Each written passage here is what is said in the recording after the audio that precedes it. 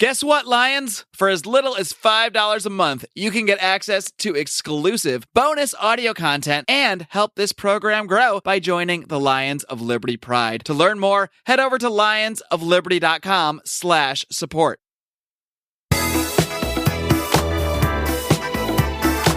Welcome to Electric Libertyland, here on the Lions of Liberty podcast, your weekly shot of culture, comedy, and liberty with your host, Brian McWilliams. Welcome to another fantastic episode of Electric Libertyland out there. My childrens of the corn. Welcome back to another corny episode of Electric Libertyland. This is, if you're wondering, Electric Libertyland episode 32, everybody, which means you can find it at lionsofliberty.com/ELL32.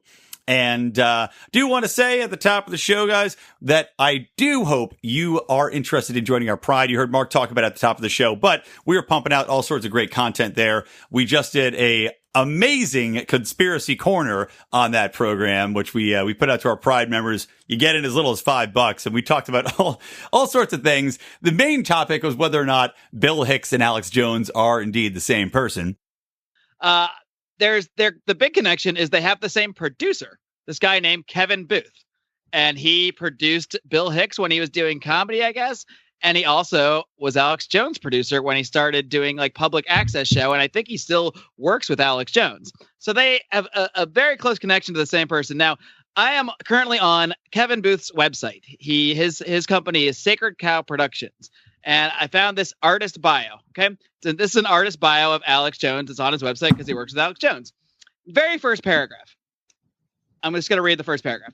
Alex used to sit in front of a star map, and I had a hard time pointing my finger on exactly what it was that Alex was talking about. I remember the very last time Bill Hicks came to Austin Access, spring of '93. We were working on a script called, quote, Public Access, about a Rush Limbaugh type character who angers the viewers, and the viewer came to the station and killed the host on air.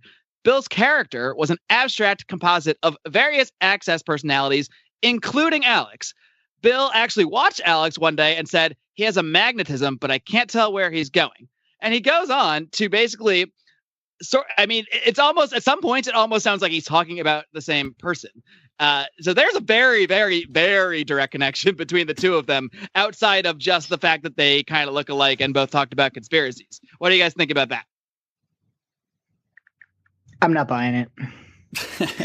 Well, all right. And that's the end of the episode, guys. Thank you. Good night, everybody. Why, Howie? Why? My guest today was involved in that very conversation, the one and the only godfather of liberty here at the Lions of Liberty, Howie Snowdon. What's up, Howie? Hey, Brian. I'm here ready to bring the electric fire and fury that the world has never seen before. Oh, exciting. Don't tell the people we're going to talk about, Howie. People might get tipped off now, but we'll get around to that. Teaser. High-level teasers. So first things first, the thing I want to talk about at the top of the show is, because it's been on the top of my mind, is this Google engineer letter. And what this was, it came out a couple of days ago. Actually, it came out, I guess, Monday this week. And what was leaked from inside Google, an internal memo was sent to all of the Google population. And I'm not sure how wide the range was that it covered, but apparently everybody ended up getting it.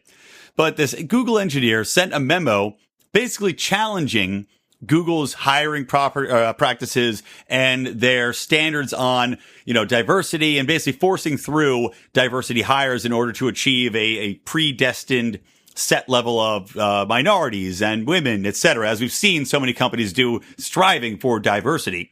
And he also challenged Google's essentially what is he termed as like an echo chamber of thought, wherein you've got the same progressive people and the same progressive mindset all being hired into this company that's supposed to be known for pushing the boundaries of what is possible. They're known for these innovative concepts. And he's saying we need to get more people in there that have different ways of thinking. We should strive for diversity of thought rather than diversity of color or sex. The response to this was not great, to say the least. From Gizmodo, which is what picked up and ran the original story, and they published the entire letter, they deemed it an anti-diversity screed and and that was picked up and ran with by virtually all of the media outlets that I saw until some of the more conservative places come in and said, what's the big deal? Hold on, slow your horses. So Howie, did you see and read I don't know if you read the entire 10 pages. I've linked to it in the show notes, but did you get a chance to read the letter, and what was your initial thought about this engineer's comments? So I didn't read the entire letter, but I've read snippets of it and I've heard people talk about it. And this whole thing is so disappointing. I really thought at least one thing that maybe the Trump era would give us like the end to this PC bullshit, but apparently not, because all the media attention on this is totally mischaracterizing what the guy said. I mean, some of the parts that I read was saying, he's not looking to put people in gender roles, but to look at people as individuals and not stick them in these like groups of people. And I mean, is it crazy to me that I think that like people should be judged by who they are as an individual, not based on their skin color or their genitalia? I mean, it seems to be a logical way to go about it, right? I mean, is that what's important? That's what matters. I think the diversity of thought, like this guy has a different opinion. Apparently Google's not for that kind of diversity.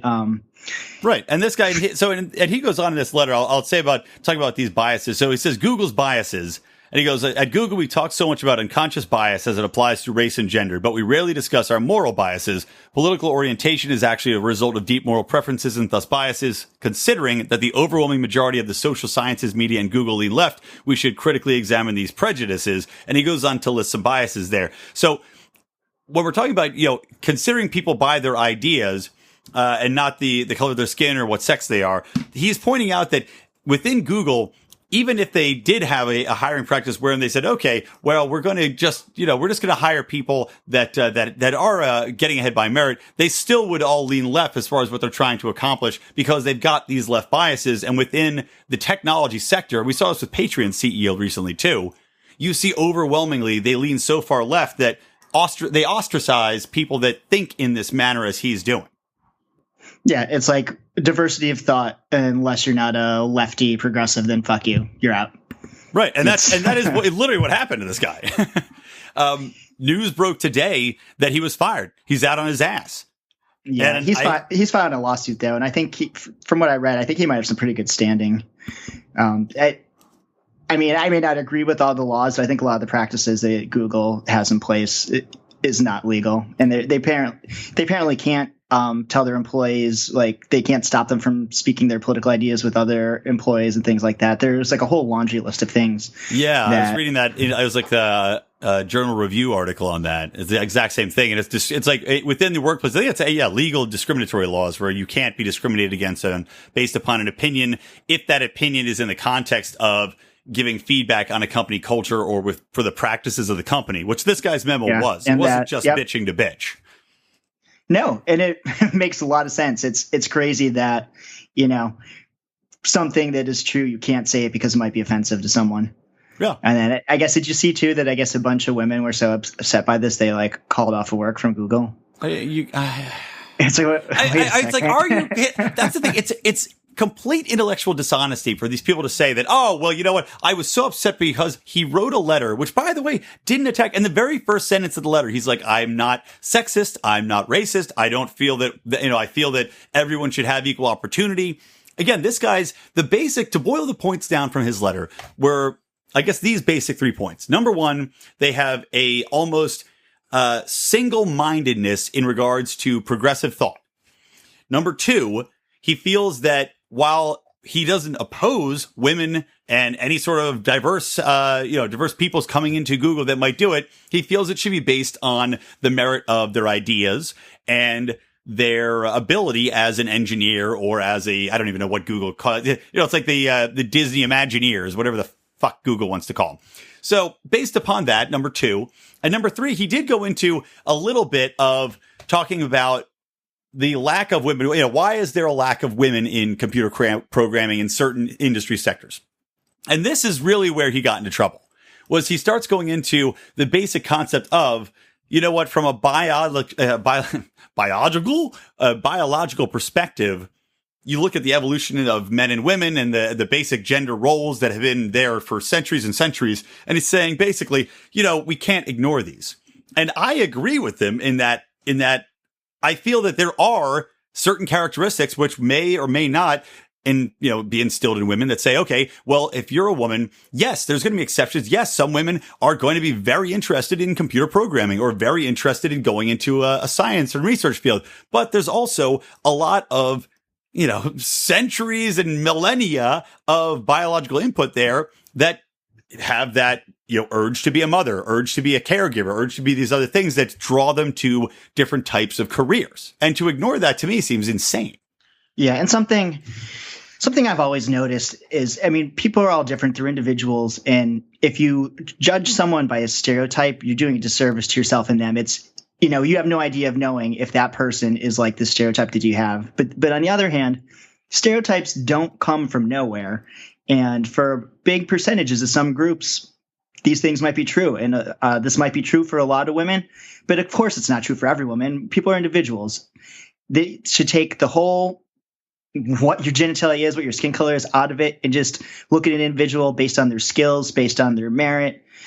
That's how things should be. Precisely. Really, if they wanted diversity, if you want real equality and real diversity, you should I don't even think you should want necessarily. If you're a company, you're running a business, you might want diversity for different interpretations of data or different ways to look at the world. But at the end of the day, if you're looking for a certain set of skills, you should just cross out the name, cross out the ethnicity, like you're saying, and look at their essay, look at their stats. Maybe I want a diversity of people that know different types of coding languages. Maybe I want a diversity of people into like different types of technologies I might be able to employ.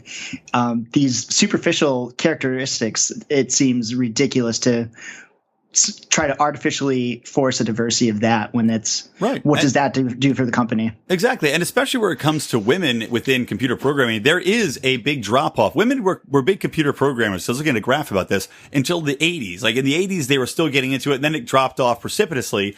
And people are saying, we blame society. And it's like, well, why? It doesn't make any sense. Women kept going in other fields. They kept going in biochemistry. They kept becoming doctors and other fields of science. Why in these fields did it drop off like it did?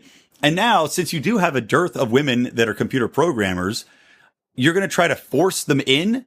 Just by the pure numbers alone, you're clearly doing yourself a disservice. You're doing yourself a disservice and you're doing them a disservice because you're going to put somebody in a position wherein they are not able to compete and they're not able to hang because they don't have the ability, because they're just not that good, especially if you are a Google or if you are a, whatever Elon Musk is up to. You want people that are going to be able in high pressure situations that are dealing with the very best people at that capable position. And if you're shoving somebody in there, that person's probably going to have a breakdown or feel that she's being discriminated against because people are getting tired of dealing with her or him, whoever it is, if you're shoving them in there, because they're probably saying, I feel like I'm talked down to at work all the time. And I feel like I'm being marginalized. It's like, yeah, because you're stupid compared to everybody else there because they only put you in that position because you're a minority or a woman or whatever else. And you're only there because you're good at complaining to HR and getting your way. Right. And again, this is not to say that this is an automatic. Clearly, there are very, very intelligent women. I'm sure there are brilliant computer programmers out there, like anything else. But of course, and if more women were actually interested in it and working at it, I'm sure there'd be even more. But for some reason, this doesn't seem to be at the top of career choices that most women pick. Right.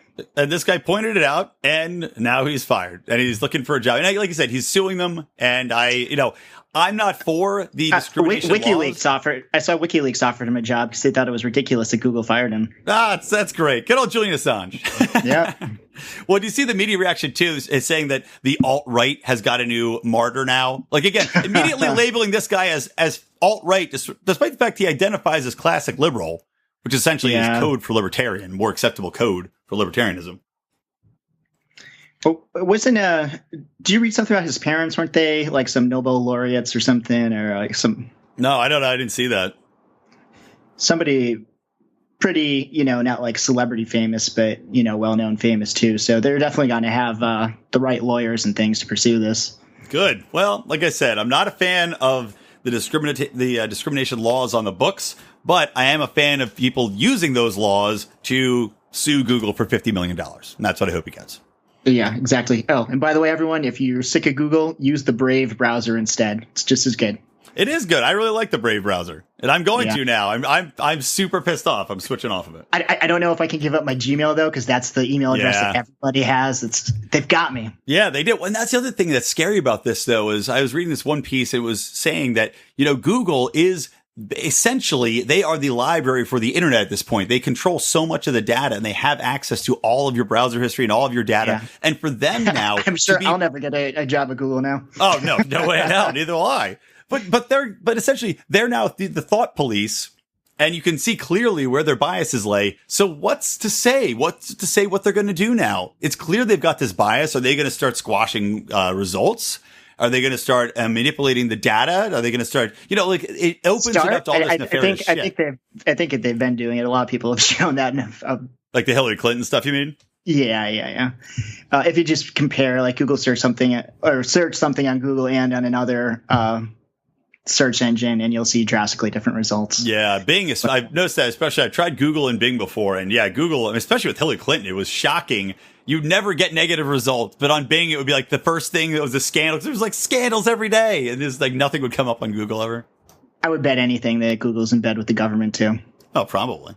And Facebook too. I mean, Facebook, you look at the news stories that trend on Facebook, like Twitter and Facebook even Twitter, I think, messes with it, but you'll see stuff trending, and then you look on Facebook's news feed, and even though every single person on Facebook is talking about it, it's nowhere to be found on their little sidebar news feed. It's just all crap that they want to talk about. Well, luckily, whenever I go to Facebook, I go right to the Lions Liberty Forum, and that's right, which you can join by typing in Lions of Liberty Forum in your search book bar, and if you're not too crazy looking, we will add you. All right, so that's I think that we did a pretty good job of summing that up, and just how insane this is, and how insane the environment has become, where this man has successfully been put out of a job by the feminists and the social justice warriors in the world that have worked their way into Google.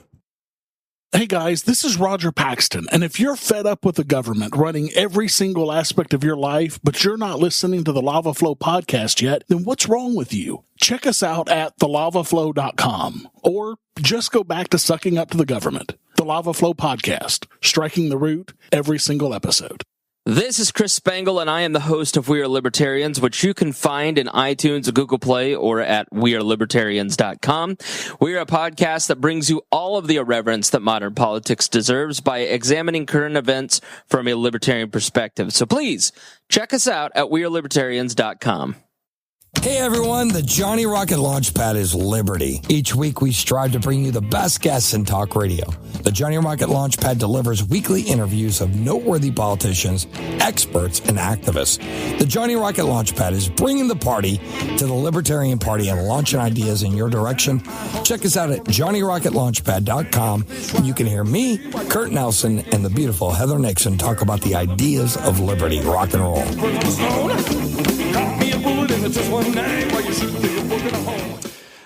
Let's move on. Let's do a little bit of Trump or dump. All right. Hey, you ready for this, man? Hey, this is a Lions Liberty game show where you can actually be right or wrong, too. Yeah, exactly right. Unlike so many of our game shows. Yeah.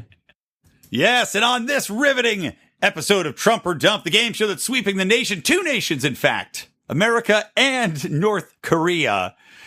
We are going to get into a lot of the North Korea talk. And what's interesting, guys, is that Howie actually spent time in North Korea, stationed there while he was in the army. So he's got a good insight into what the people think. In South Korea, Brian. Oh, yeah, shit. Yeah, not North Korea. Sorry, South Korea. My bad. But you were close enough. You could huck things over the wall. Oh, yeah. I've been to the DMZ. How many glory holes, by the way, are there in the fence / wall between South and North Korea? And could you make it through the wall? Not enough, I think, is the right answer.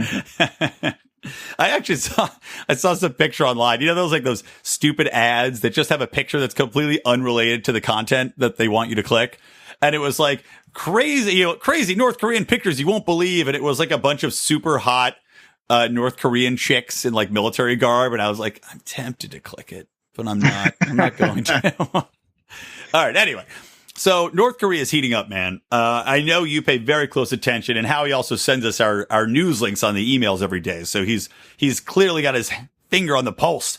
But the latest thing with North Korea, they say from all the intelligence reports that there is a nuclear, they'd be able to micronize, is that even a word? Micronize? Miniaturize. Yeah, They've been able to miniaturize.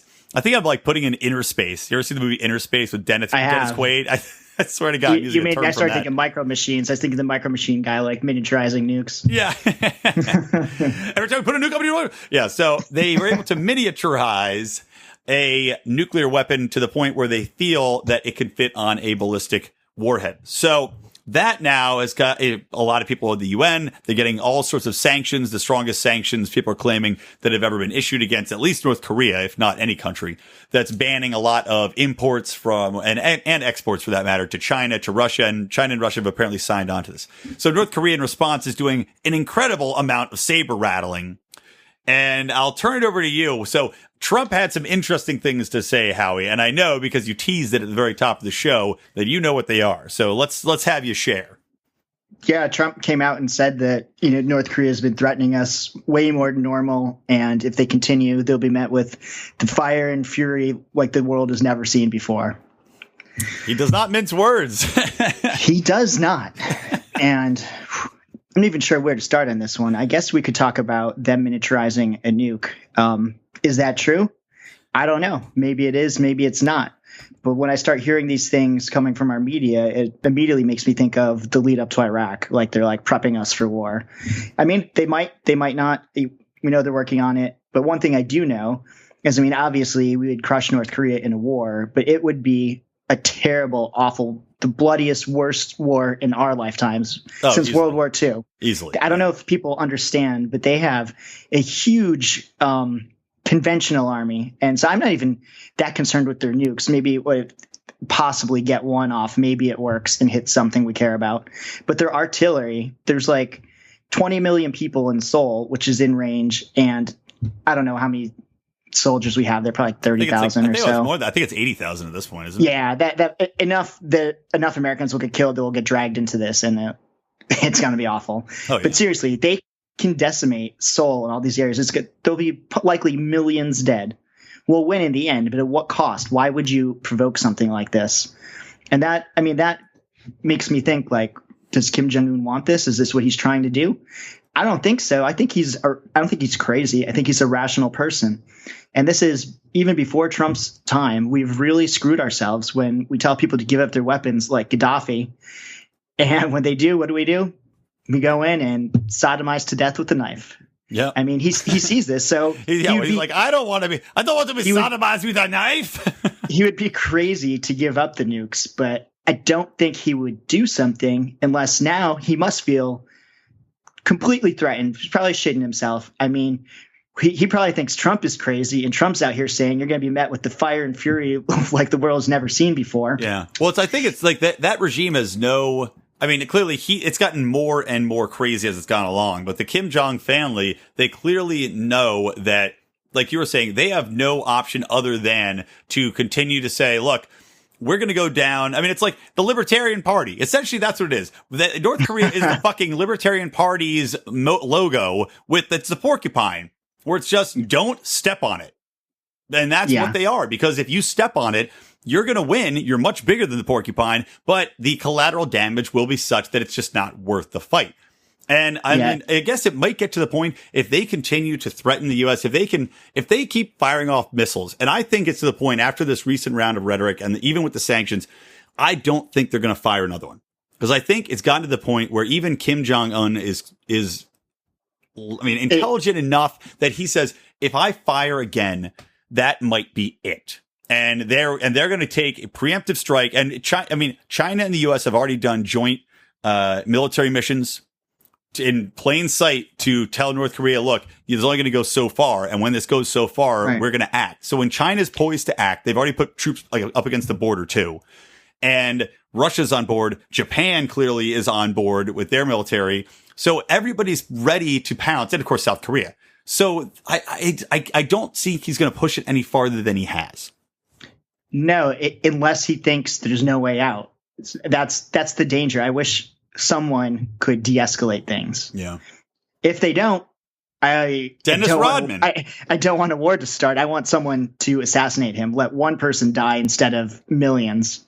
Yeah, well, you know what? It's shocking that nobody within that country has already, performed a military coup. And maybe that's why he's killing people so often. I mean, God, he executes people at a tremendous pace. And, if it is going to happen, I think it's getting closer because, previously being part of the elite, it's like, all right, yeah, the country sucks, but I've got it way better than anyone else. But now when the elite that are backing him don't know if they're going to be the next one to get killed every day. How long are they going to continue to support it? Right. That's eventually going to become not worth it, too dangerous. We need to do something. I don't know. I'm shocked to shit to see that Russia and China voted for the sanctions with us in the UN Council. Like, they literally have no friends left. Yeah, it shows you how far. Kim Jong he's played his hand wrong. This continued show of force, even though they say, well, we want to show we have nukes. It's like, that's great, but man, you can't. You can only go so far. And even if you're not bluffing, you can only go so far until people say, okay, this threat's gotten too far. This is not a dog that's barking at me as I walk past anymore. This is a rabid animal that I feel is going to attack me. It's just a matter of when, and I'd rather attack it first, which I don't support that concept of attacking first unless they did something that was a clear provocation where they're clearly, like I said, if they fired a missile and it landed in U.S. waters, even if it's off the coast somewhere, then you just say, okay, drop the fucking bombs or something. Yeah, exactly. Then you say, all right, it's time. You done it. You done it now, fool. So one thing that I'm worried about is what if with Trump, with all this negative press he's getting, all the polls dropping, and he knows when he struck Syria, the news, the liberal media even was all for it. CNN loved him. Yeah, I hope he doesn't think that this is his way back in. Yeah. Well, I hope not either. Although you might be right with that. And I was talking last night. I was working on a screenplay with a buddy of mine who is one of the most progressive people I know. And I swear to God, we sat down and we're talking about a little bit about North Korea. And he goes, man, he's like, I can't wait for them to bomb the shit out of that fucker. And I was like, wow, what happened to the anti-war left? But I would love for something to happen to Kim Jong-un, but not all those other North Koreans that are literally prisoners. Yeah, and living the worst lives the world. Yeah, well, and who's gonna be on the hook if North Korea bombs the living hell, razes Seoul to the ground?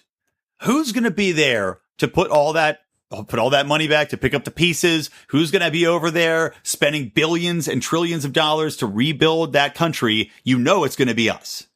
Oh, yeah. It's what we do. Yep. We tear it down and build it back up. Yep. And so that'll be a fun time for Americans to have all of that. And granted, it'll create some jobs, because we'll be shipping concrete over there or whatever. But hey, one last thing I want to say about this. I don't know if you heard when, Kim Jong-un's grandfather, Kim Il-sung, was the leader, and he asked all of his generals, like, well, what if the imperialists win the war? What do we do? And they're like, oh, they'll never win. They can't beat us. He's like, well, what if they do?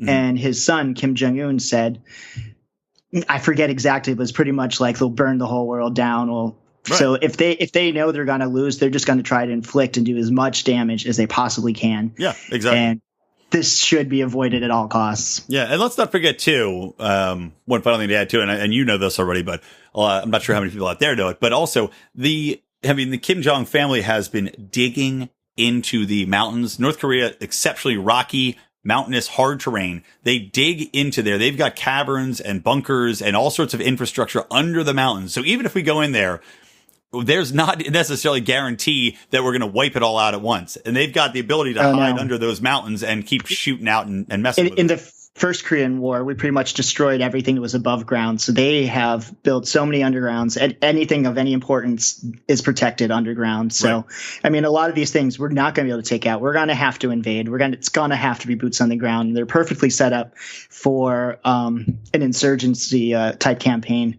Mm-hmm. I don't know. We never know what the people are going to do. Maybe they'll be happy to be free. Maybe they won't, and they'll fight us for 50 years.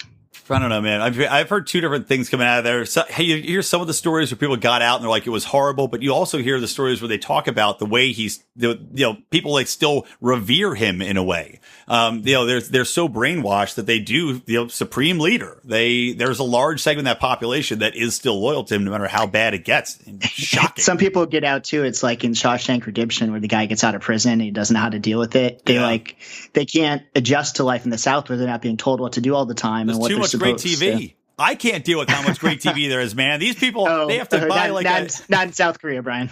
I don't know. I hear the South Korean soap operas are exceptionally popular in North Korea. You could be shot over having one. Small doses, they are, I guess. All right. So then what do you give it, man? Are you giving North Korea, are you giving Donald Trump's handling of North Korea to this point a Trump or a dump?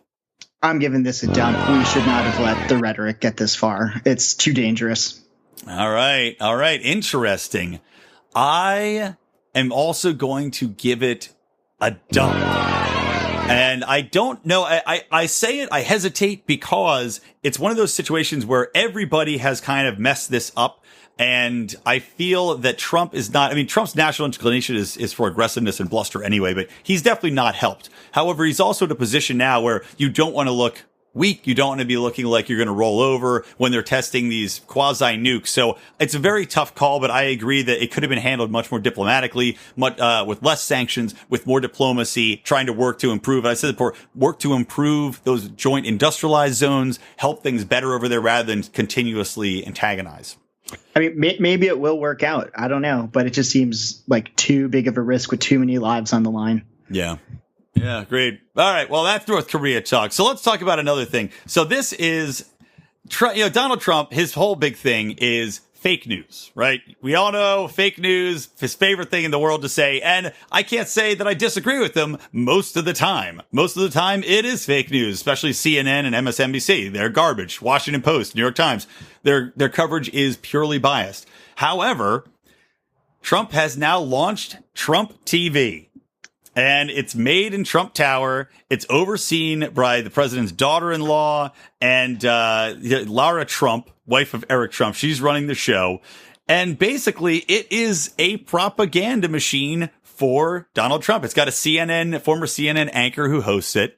I mean, Howie, unfortunately, I did not get a chance to watch any videos or poll videos. So I was going to have a clip. I did. And man, when I first heard about this, I was hoping it would be so over the top ridiculous. I could not wait to click the link in that video. And it was just boring, positive Trump news. I was really disappointed. I'm like, man, if I want some opposite the mainstream media news, I'm just going to go to Alex Jones. This is too dry. It's so disappointing. I was hoping it was going to be kind of like an idiocracy, the news, the news broadcast and that, where they've got like pro wrestlers reading the news.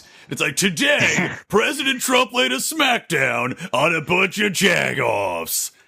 That's what I wanted. Or even just like, if it was more like Scaramucci-esque, it would have been awesome enough. But true. I'm so sad that Mooch got canned after 11 days. I'm so sad, man. Can't they give us something? That would have been awesome. So disappointed. But yeah, so Trump TV. So that's, again, I didn't see it. And I wish I had the chance to look and really watch some of it. I've got to try to find some. But the concept of it, I think, is just over the top idiotic. And from a PR perspective, I understand what he's trying to do. But even if you're an avid Trump supporter, you're still not going to turn to Trump's own in-house news network for news, because it's going to be a bunch of bullshit.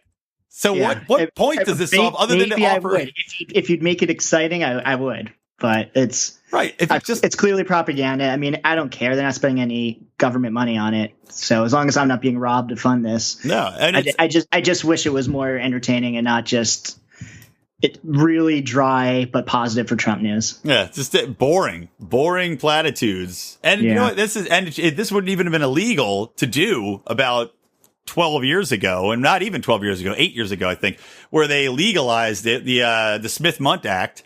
Not even less than that. 5 years ago, it was the Obama era. Obama legalized, they repealed the Smith-Mundt Act, which allowed you to broadcast domestic propaganda, or propaganda that was intended at foreign audiences domestically. And but this is private though, right? It's not a government operation, is it? It's not, but I mean, the line there, considering it's Trump TV, and it is essentially an arm run by Donald Trump's son and his daughter-in-law. It is essentially a government arm. Let's not joke around. But yeah, it's so stupid. I mean, look, the liberals have CNN. What? It's only fair. True. And Obama did hire a lot of journalists to work in the White House straight out of their newspapers and TV stations. It's a big incestuous revolving door. Yes, it really and truly is. Washington, that's the revolving door of incest. It's like instead of the swamp, the media of Washington is like the bottom of the orgy pool. It's just a lot of lube and liquid that you don't want to know where it came from. They're all just squirming around in there. So suffice to say, I think we probably both agree. Tell me if I'm wrong, that this is a massive dump. Yeah, I give this a dump myself. Huge D train. All right. Next topic. Let's talk about the Trump backing the immigration point system. And this is a new concept. Actually, it's not. I don't even know it's a new concept, but it's a concept that the Trump White House supports. This is an old concept. Yeah, right? The Democrats have been backing forever until now that Trump is for it. They're freaking out. This is racist. Now now it goes against the poem at the base of the Statue of Liberty per CNN's whatever Acosta. Which wasn't even originally part of the Statue of Liberty. Just tacked on there by some jerks, some hooligans. Yeah. So this immigration says, well, here, I'll let you tell the people. I've been talking too much already on this podcast. Well, pretty much instead of having what they do now, which is like this lottery where they pick people to get green cards for some reason, like that's a good way to do it. Yeah. They want to have a point-based system where if you have a high skill that's in demand here, you get like points for that. If you speak English, you get points for that. Things so that we're actually the people we're letting in would benefit America the most as well.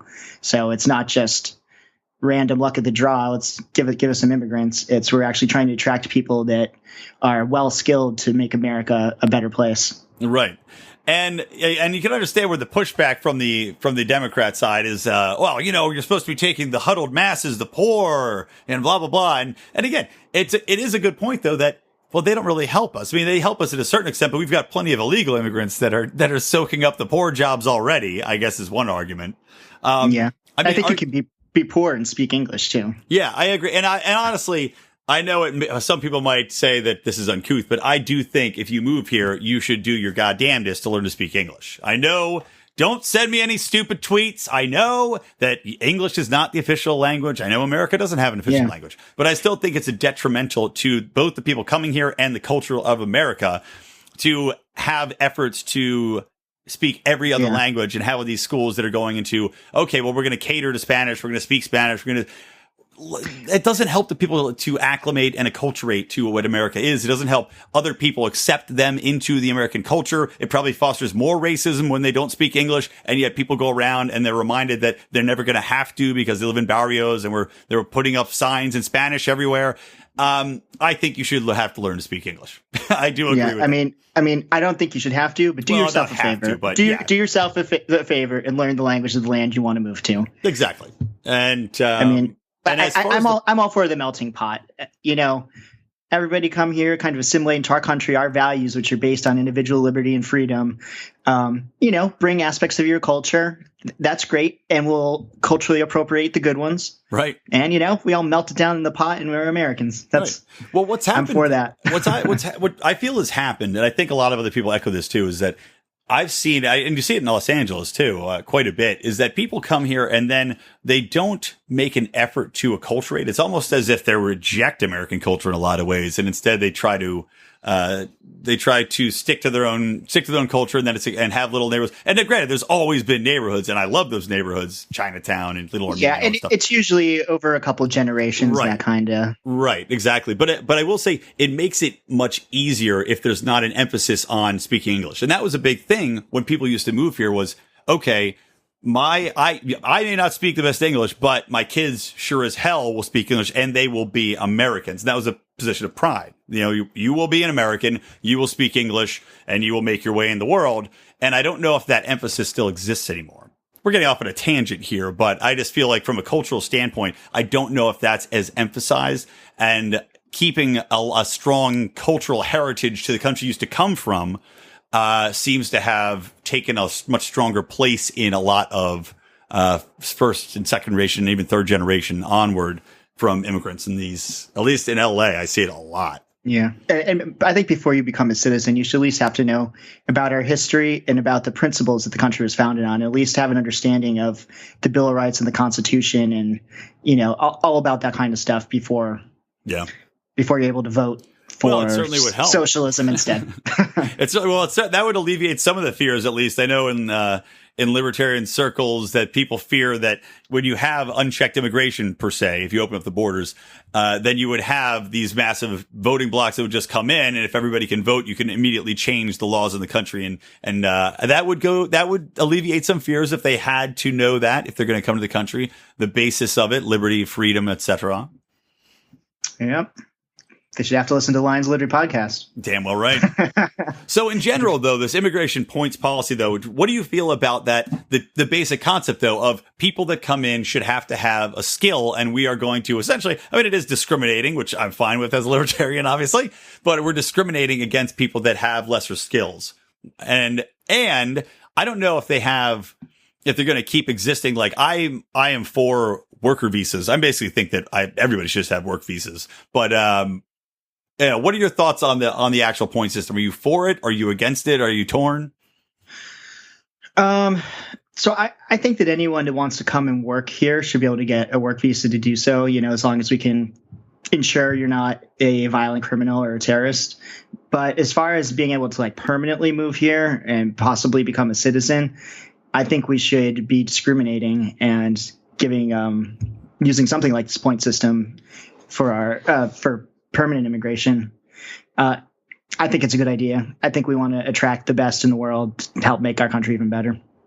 I would agree with you there. I think if you have a limited number that you're going to give out, I think it makes a lot of sense to make sure that the people receiving those do deserve to be here and that they are bringing something of value to the country. So I agree with you there. And I think this was tied into the same concept here, but they were also looking for people that would be coming in and filling jobs which were not the jobs within that middle America kind of, everyday American working man kind of jobs. They were more targeted towards people that would be specialists or have a very unique set of skills. Kind of. Well, hopefully they have the right political views to work at Google if that's what they're going for. Yeah, seriously. Some of these other countries, I don't know if they're going to cut the liberal mold. Yeah. All right. So what do you give it? Do you give it a Trump or do you give it a dump? I'm going to give this a Trump. Interesting. I was hoping we would disagree on one of these along the way, but I also agree. I also think that this empirically gets a Trump. And again, Howie and I both agree. I'm sure most people listening to this podcast agree. I would be far more for just, if you want to come here, here's your work visa. And, you are not guaranteed citizenship at all. But you can come here and work as much as you damn well please. But that ain't the system in place. So, and if you lose your job, though, you got to go. Right. Exactly. Yeah. as long as you have employment here, as long as you're paying into the system, because otherwise we're just having a welfare state that's right. And unless you're a citizen, I don't think you should be eligible for any kind of welfare benefits. Nope. Agreed. And that's the thing. I don't even think that even coming and working here, I don't even think you should be eligible for welfare benefits necessarily. Oh no. Because you're not a citizen then. You're just here on work. So that stuff's not for you. If your employer provides you, let's say your employer provides health care while you're here in country, and as soon as you're gone, then that's it. That's all she wrote.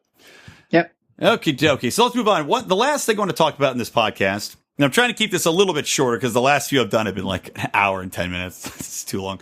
But this isn't something, Howie, where, at first blush, a lot of people are not going to be for it. But essentially what this is I read a story, and it's coming out of the UK, where in the United Kingdom, you are allowed to legally own a sex doll that is a child. However, you're not allowed to import one.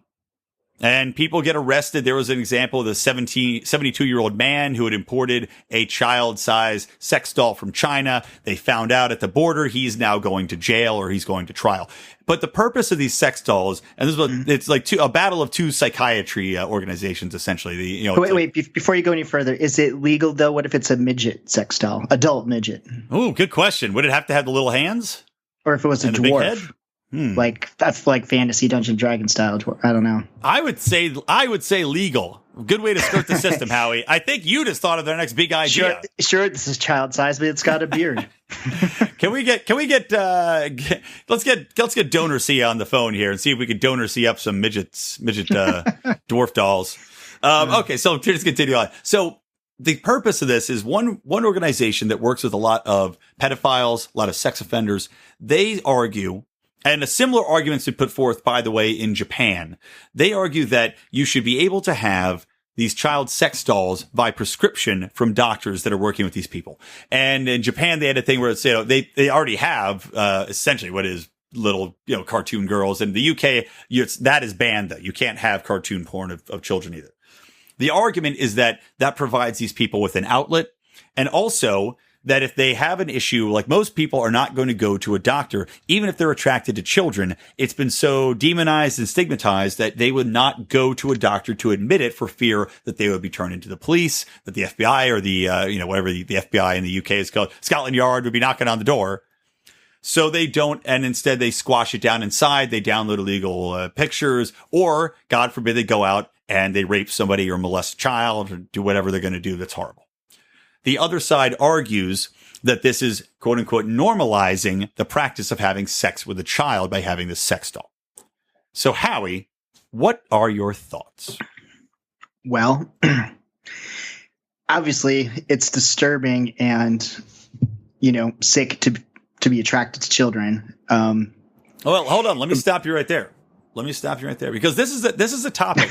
And I know, weird to admit this, but and by the way, no, guys, I am not a pedophile. I'm not attracted to children in any way, shape, or form. But it's a story that I had read, and I actually thought about it quite a bit because it intrigued me, this argument.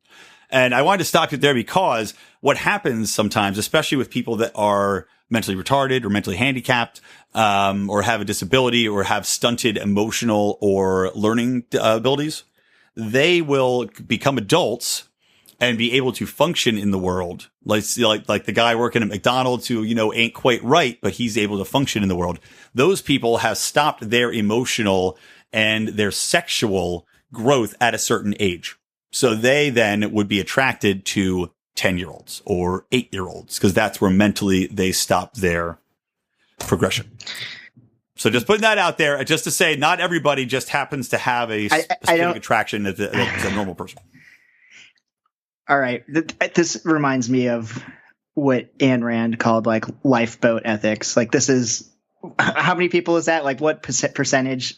Well, like it's not a big, that's got to be such a rare. Oh, and it's a tiny percentage. It's like my emotional and mental development stopped so young that I'm attracted to children because apparently for me, sexual attraction is from your like mental status and not your body. Well, I'm pointing it out because people that are literally, have an IQ of 50 that are functioning, have gone to jail where they're then raped and murdered for molesting children, where they're basically, don't have the IQ to understand what they did was wrong. Yeah, I think that's a separate issue though. Legally, it's the same issue from a legal standpoint. So anyway, continue. Anyways, so, geez, this is such a hard topic. It is, but that's why, hey man, we're taking on the hard topics here on the Lions Liberty podcast, dude. Obviously, I don't think you should need a prescription. I think it should just be legal. It's not hurting anyone. It's a doll. It's a piece of plastic, piece of rubber. I would much rather a pedophile be at home with a sex doll than actually committing a crime. I don't know. I don't see anything wrong with it. I think wouldn't be friends with somebody that had one. I think it's fucked up to be attracted to children. Well, you probably would still keep it in the closet. Though then again, if I had a regular sex doll, I would still keep that in the closet too. I wouldn't parade it around. Although I heard a story. Who was this? Norm Macdonald, I think, was talking about it. And he was like, you ever go over to Drew Carey's house and hang out with the guy? And apparently he just has like a sex dolls sitting around. He's like, oh, yeah, you want to go have sex with her? Man, there's strange people. Good libertarian Drew Carey. Allegedly. I mean, the thing is, hopefully this would stop them from doing it. I don't know if it would or if it isn't, but it in itself isn't harming someone. So, of course, as a libertarian, I'm not going to have a law against a victimless crime. I mean, no victim, nothing wrong. Well, but let me ask you. Some of these laws fascinate me. You mentioned that it's illegal to have like cartoons of kids having sex. In the UK, it is, yeah. It's like how strict is that? Like if I drew stick figure kids, like no, but I mean more like the Japanime style of. Right, so it's got to be a certain level of good drawing. Yeah, your artistic talent depends on whether you go to jail or not. Make up like a clay sculpture or like some Play-Doh. I don't know. It's all crazy. If there's not a victim, there's not a crime. Exactly. Any case for everything. I agree. It's like fucked up as it is. Well, it should be. It should. And maybe it will do some good. I don't know if it will. I hope that. Well, I would hope so. And look, there's a question of whether or not, like anything else, that people, nobody, just like the argument for homosexuality, where people were like, you chose to be gay. And somebody's like, knowing all the shit that gays go through, that are put through. I mean, now it's not as bad, but there's still going to be some trials and tribulations that you have to go through as a gay male or gay female. That the gay argument was, why would I put myself through this just for the hell of it? And I have to think the same thing about pedophiles, where I'm not saying the person can't help it, right? Well, exactly. But that's the point I'm making. I think they're mentally ill. And it's the laws are a little bit different than I think reality. I mean, so it's what year was it? Like 18 is the legal age. I think if someone is attracted to someone who's 17 or 16, that's. All right, it's illegal, but it's maybe not. I don't know. It's blurry. But when it comes to like a child, like a 6-year-old, that's something wrong. There's something mentally wrong.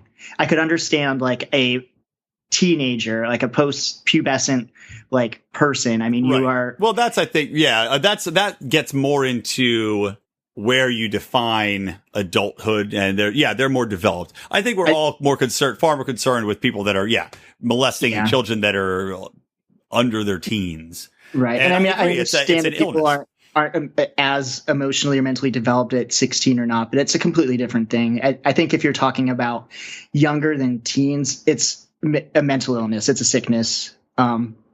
These people should probably get treatment, but if they act on it and hurt a child, they should be punished to the fullest extent of the law. Well, obviously, and I agree with you there. And they aren't hurting anyone having sex with the doll. Yeah, exactly. So, and these dolls, and like I said before too, because of the stigma associated, nobody goes to these doctors. But if you have doctors available, and I agree completely, they should just be able, you should have a child sex doll warehouse you can go to somewhere. But in lieu Who's of paying that, for this? Yeah, in lieu of that, just go to the corner of C and aisle sex dolls. It's like the half of the place is where you go to shoot your legal heroin, and the other half is like the child sex dolls. Well, they equated it with giving methadone to a heroin addict. I mean, and essentially, I agree with that wholeheartedly. I think it's not normalizing it, because it's something where if they get the urge to do it, like, look, you're right now. You've got, my wife listens to this podcast sometimes. I think your fiance listens to it probably more often. She's more of a libertarian, more of a driven libertarian than my wife is.